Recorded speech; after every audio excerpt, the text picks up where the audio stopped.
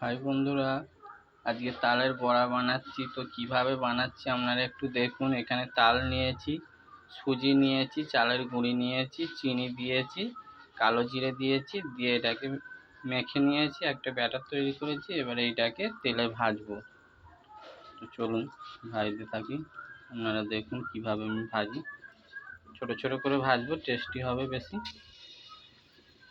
মুচমুচে হবে, কেননা চালের গুঁড়ি আছে তো, আবার সুজি দিয়েছি, যার জন্য একটু ছোট ছোট করে ভাজলে জিনিসটা খেতে ভালো লাগবে।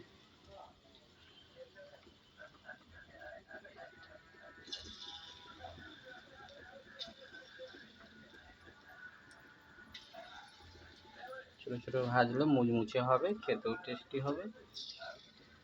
যেহেতু চালের গুঁড়ি আছে, সুজি আছে, আরও বেশি মুচমুচে হবে। ছোট ছোট করে এই জন্য ভাজছি।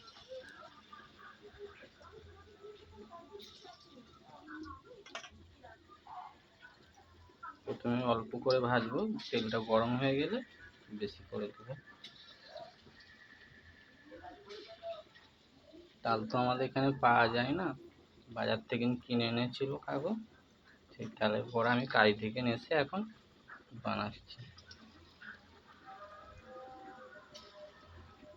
এখানে পটল আলুর তরকারি হচ্ছে, কুমড়ো আলুর তরকারি হচ্ছে, যেহেতু নিরামিষ। এটা ফোড়ন দিয়ে, শুকনো লঙ্কা দিয়ে, পাঁচফোড়ন দিয়ে, তেজপাতা দিয়ে ভালো করে ভেজে জল দিয়েছি, হালকা হলুদ দিয়েছি। এখানে ফুলুরিটা দেখি কি অবস্থায় আছে। গ্যাসটা একটু বাড়াতে হবে।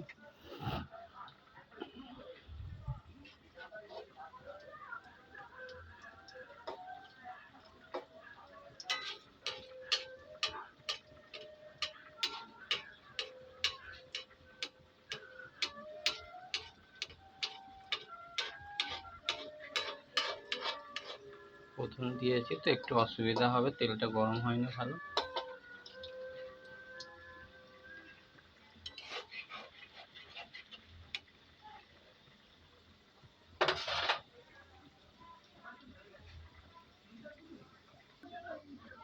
দেখুন বন্ধুরা, লাল লাল হয়ে গেছে, বাদামি কালার হয়েছে, এবারে মচমচে হয়ে গেছে।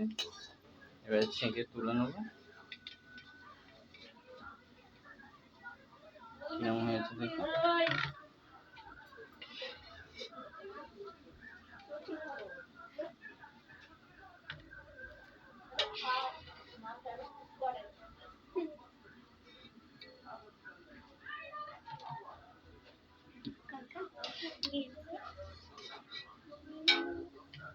যে বন্ধুরা ভাজা হয়ে গেছে, আবার ফের ছাড়বো তেলের উপরে।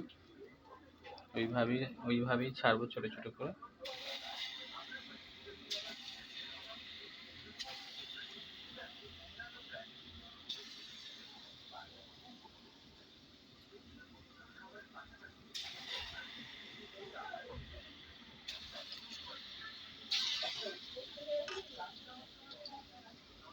কারা কারা তালের বড়া খেতে ভালোবাসেন চলে আসুন, গরম গরম দিয়ে দেবো।